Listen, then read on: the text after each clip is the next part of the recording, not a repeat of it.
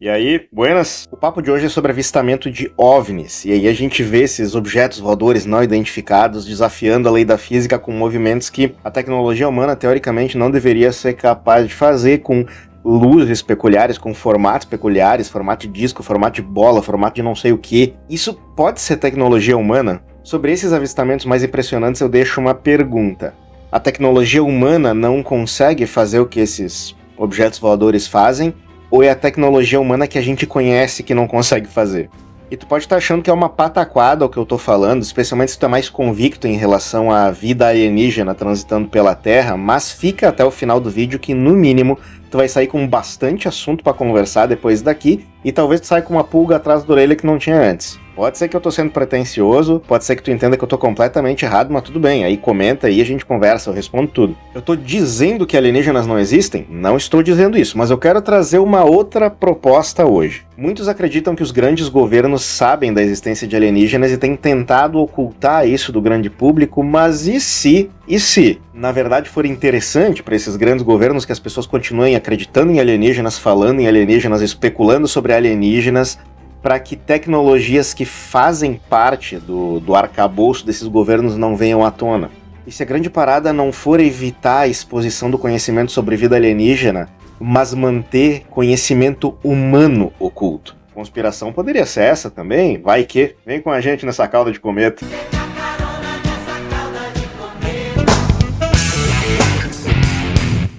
OVNIs são um fenômeno global mesmo, aparecem em todo mundo, mas curiosamente aparecem mais em países mais desenvolvidos, mais importantes politicamente.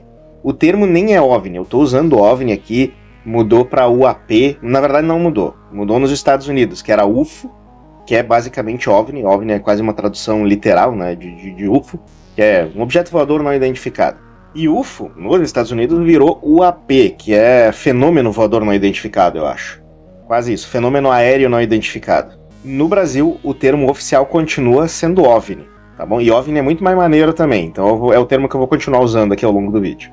Existe um consenso entre estudos sérios de OVNIs de que a maioria desses avistamentos tem explicações naturais. Mas tem alguns casos que realmente é difícil de explicar, como é o famoso caso dos Foo Fighters, lá especialmente no período da Guerra Fria, que os pilotos de caças, lá, os pilotos de aviões avistavam aquelas bolas luminosas acompanhando as aeronaves, então tem umas coisas bem loucas aí mesmo. Tem dois estudos aqui que eu vou citar para vocês, tá? Depois eu vou pôr algumas coisas na tela também, mas o relatório da ODNI de 25 de junho de 2021 e o relatório da AARO de março de 2024, os dados desses dois documentos nos dão a entender que entre 96% e 98% dos casos de avistamentos desses OVNIs registrados podem ser considerados com segurança a tecnologia humana. Entre 2% e 4%, portanto, permaneceram não explicados, e com não explicados não quer dizer não humanos, só não explicados. Mas uma coisa que é importante dizer, e é uma das principais proposições que eu quero trazer nesse vídeo, é que é normal a gente ver coisas que parecem tecnologicamente impossíveis.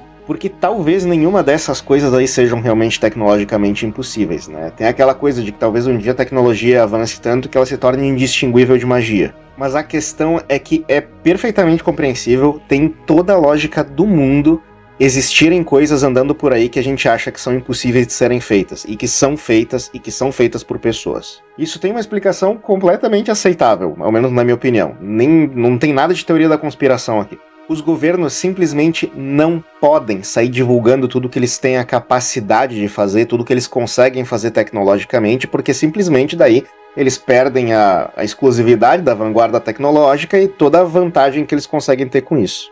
Desde a Segunda Guerra, eu acho que especialmente na Guerra Fria, e eu acho que isso foi se tornando uma tendência maior ainda, daí pra frente, os grandes governos tentavam ocultar aquilo que eles saberiam fazer para poder fazer um melhor uso daquilo. E se tu quer ocultar qualquer coisa do teu inimigo, tu precisa ocultar da população também. Imagina que eu sou um presidente e os cientistas do meu país inventaram um método, uma tecnologia completamente nova de espionagem, impossível de descobrir, impossível de detectar.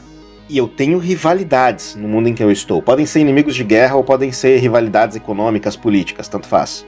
Eu vou divulgar para a população que eu tenho essa tecnologia, mas não vou nem a pau. Não sou louco. Os governos simplesmente ocultam o que eles realmente sabem fazer nesse sentido porque é inteligente ocultar isso. Não é impressionante entender o motivo de serem ocultadas as tecnologias. Para segurança nacional, para manter a vanguarda tecnológica, para aplicações civis, para aplicações militares que não é inteligente divulgar, para espionagem. É sempre inteligente manter a vanguarda tecnológica pelo maior período que for possível.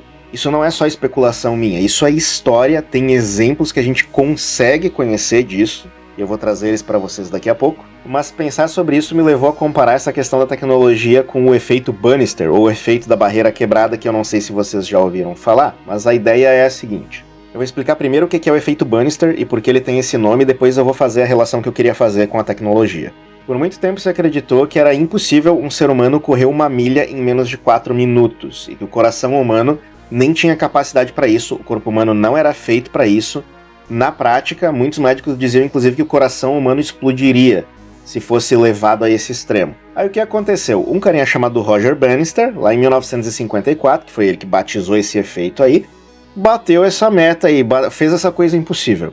Veja bem, até então era considerado impossível. Ele fez, e pelo fato de ele ter feito, desbloqueou na mente da galera que era possível fazer isso, e não é impossível. No mesmo ano, um outro atleta conseguiu fazer também, e aí em poucos anos, dezenas de atletas estavam batendo esse recorde que a medicina tinha considerado inquebrável. Hoje em dia é rotina isso aí. Quem diria, por exemplo, pega 100 anos atrás aí, que além de voar, seria possível quebrar a barreira do som voando? Parece até fisicamente estranho esse conceito, né? O ser humano se mover mais rápido do que o próprio som que ele tá causando.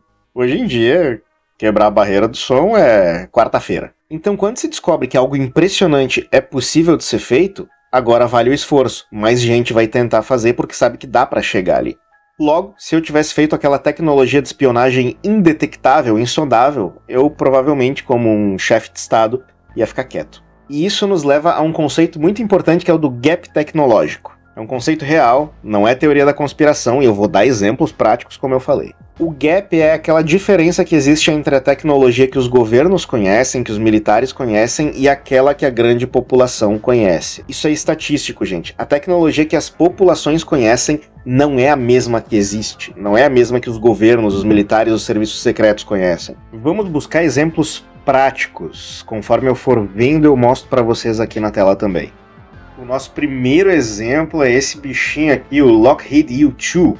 Olha só, teve o primeiro voo em 1955, mas só foi descoberto em 1960. Por quê? Não porque o governo queria revelar essa aeronave, mas porque ela caiu. Essa era a primeira aeronave que fazia voo estratosférico, fazia voo a mais de 21 mil metros, tinha uso para espionagem, justamente, para ver o que a galera estava fazendo aí nos outros países. Tinham avistamentos de objetos não identificados que hoje se associa com os voos e as datas de voos do Lockheed, que eram relatos de objetos iluminados voando muito alto numa velocidade que a tecnologia humana não fazia. Iluminados muito provavelmente por causa do reflexo da luz no sol na própria aeronave. Tá aí, ó, uma tecnologia que até onde se sabia não era possível na época, existindo aí. Na boa. Isso nos leva ao nosso próximo SR-71 Blackbird, esse bichinho bonitinho aqui. O que acontece? Esse estilo de aeronave começou com um outro que tinha permanecido oculto, que é o A-12. O A-12 fez operações secretas por 5 anos, sem que a existência dele fosse divulgada, de 63 a 68. E o SR-71, que era um passo a mais dele, deveria permanecer assim e acabou sendo revelado no mesmo ano em que ele foi fabricado, logo antes do voo, por razões políticas. Mas quando ele foi mostrado para o mundo, não se tinha ideia de que aquela tecnologia era possível. E eles estavam com um avião pronto, capaz de fazer essas coisas. Simplesmente voava a Mach 3.2. Se tu não sabe que é Mach 3, é 3 vezes a velocidade do som. Essa é uma velocidade impressionante até hoje. E era capaz de voar mais de 24 mil metros. É loucura. O nosso próximo aqui vai ser o Nighthawk. Esse aqui, ele é mais famoso, pelo menos a imagem dele. Lembra muito o B-2, que eu vou citar daqui a pouco também. Foi o primeiro caça stealth operacional do mundo e ele realizou operações secretas antes de o mundo ter conhecimento de que ele realmente existia, por 7 anos. Ele estava em desenvolvimento a partir de 75, fez o primeiro voo em 81, entrou em serviço em 83 e só foi revelado ao público em 1988. O legal é que ele tem um formato incomum que se alguém visse daria muito para confundir com um OVNI, porque ele simplesmente não tinha um formato aeronáutico, por assim dizer. Não parecia com as aeronaves que se fazia na época. Inclusive se diz que tem vários relatos de OVNI dos anos 80 que mais tarde se passou a associar com as datas e locais de voo feitos pelo Nighthawk. Era um avião stealth mesmo, né? Os radares simplesmente não eram capazes de pegar o bichinho. E falando em avião que não pode ser pego por radares, nós temos agora então o B-2, Spirit.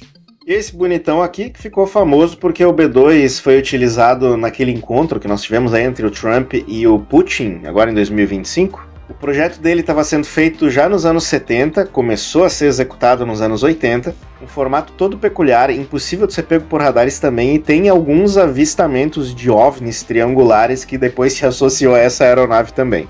Outra coisa muito interessante que eu lembrei agora é da bomba atômica, né? Projeto Manhattan é o maior projeto secreto da história, foi sendo desenvolvido pelo menos a partir de 1942, revelado ao público em 1945. O doido disso aqui, e legal de falar, não vou parar muito tempo nisso aqui porque é um caso muito famoso, é que ele empregou cerca de 120 mil pessoas em 3 países para ser desenvolvido e mesmo assim a população não sabia. Isso mostra o poder, né, que se tem de manter em segredo projetos militares, industriais aí por parte dos governos. É muito possível. Aí nós temos que falar de drones também. E se a gente tem isso com aeronaves tripuladas, gente, vocês não achem que drone só surgiu agora. Tem voos registrados, que eram de experimentos que na época eram secretos, de drones desde 1982. Inclusive, muitas pessoas relacionam alguns avistamentos de OVNIs que fazem movimentos impossíveis com drones. Algo luminoso que vem muito rápido e para, do nada, faz uma frenagem absurda no ar. Só que do ponto de vista do espectador, às vezes esse objeto parece ser maior e tá numa altitude bem maior, quando na verdade é um drone menor numa altitude mais baixa, fazendo um movimento que é, portanto, fisicamente possível. Satélites espiões é outra coisa impressionante. Nós temos o programa de satélites Corona, que espionava a União Soviética de 59 a 72, Gambit, operando de 63 a 84, o Hexagon, de 71 a 86, e esses satélites espiões foram revelados só em 95. Deu para pegar o gap aí, e muitas outras coisas simplesmente demoram muito para se tornarem de uso público.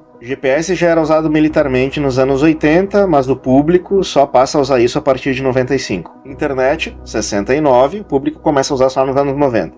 Hoje em dia a gente está pensando mais nas IAs. Assim. Não pense que o GPTzinho que tu usa aí, ou seja lá qual IA tu usa, é o que há de melhor em inteligência artificial. Só com o que a gente tem, que é a raspinha do tacho, não dá para ter muita ideia do que realmente existe em questão de inteligência artificial hoje. Por que isso tudo é importante? Porque tecnologia humana pode muito e sempre pode mais do que realmente parece pra gente. Ao contrário disso, este canal não parece mais do que ele realmente é. Ele é pequeno mesmo. Por isso que tu tem que me ajudar. Curte aí, tá bom? Curte aí, comenta, se inscreve porque tem muito mais vídeos desse tipo aí, vai ter muito mais vídeos de todos os tipos. Quase todos. Todos não, vamos respeitar. Não somos monetizados, mas uma forma de tu nos ajudar e de se ajudar também, e ouça o que eu estou falando, é dar uma conferida em www.vilarejodasvelas.com.br. São as melhores velas aromáticas, aromatizadoras que tu já vai ter cheirado. Eu tô falando sério. Só coisa bonita, coisa boa, coisa cheirosa. E a gente faz tudo melhor quando tá num ambiente convidativo, confortável, agradável. Eu depois que comecei a trabalhar com vela aromática, bem na sinceridade, eu não parei mais. Aproveita, usa o cupom de Boinas pra ganhar um descontinho lá e fica de olho na Black Friday. Esteja avisado. Voltando aqui pro tema. O que a gente faz então com aqueles objetos voadores que realmente parece que não tem como explicar? Pensa comigo, nos cálculos de antes, cerca de 96 a 98% dos objetos voadores que são avistados podem ser com segurança considerados tecnologia humana. A gente tem aqueles 4 a 2% para lidar. Só que esses aí também não são considerados não humanos ou impossíveis de serem humanos. Eles só são não identificados. Vamos dizer que tem 1%, e eu acho que esse é um cálculo otimista.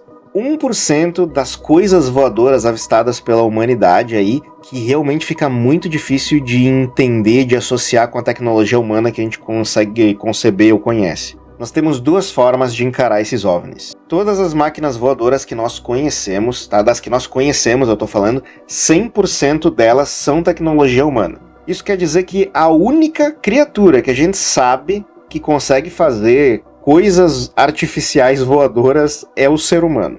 E entender que existem coisas que podem estar voando por aí, que a gente não sabe que são concebíveis e não sabe nem que são possíveis de serem feitas, podem ser tecnologia humana, é bem plausível como a gente está vendo até agora. A outra opção é pegar esses casos raríssimos e jogar para uma outra coisa, para uma outra criatura, que até essa outra criatura mesmo pode ser uma criação da mente humana.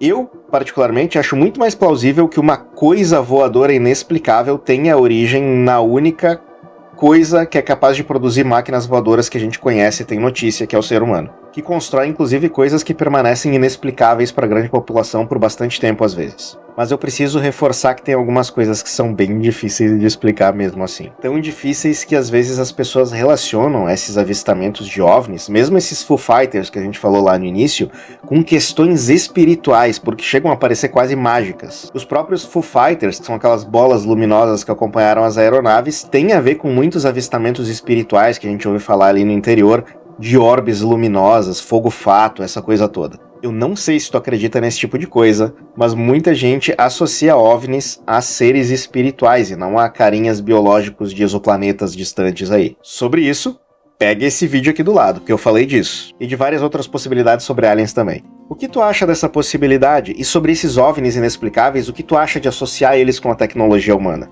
Me fala aí o que tu acha, vamos conversar, pode discordar de mim à vontade. Valeu, gurizada, tô curtindo muito fazer vídeo pra vocês, de verdade. Abraço, até a próxima.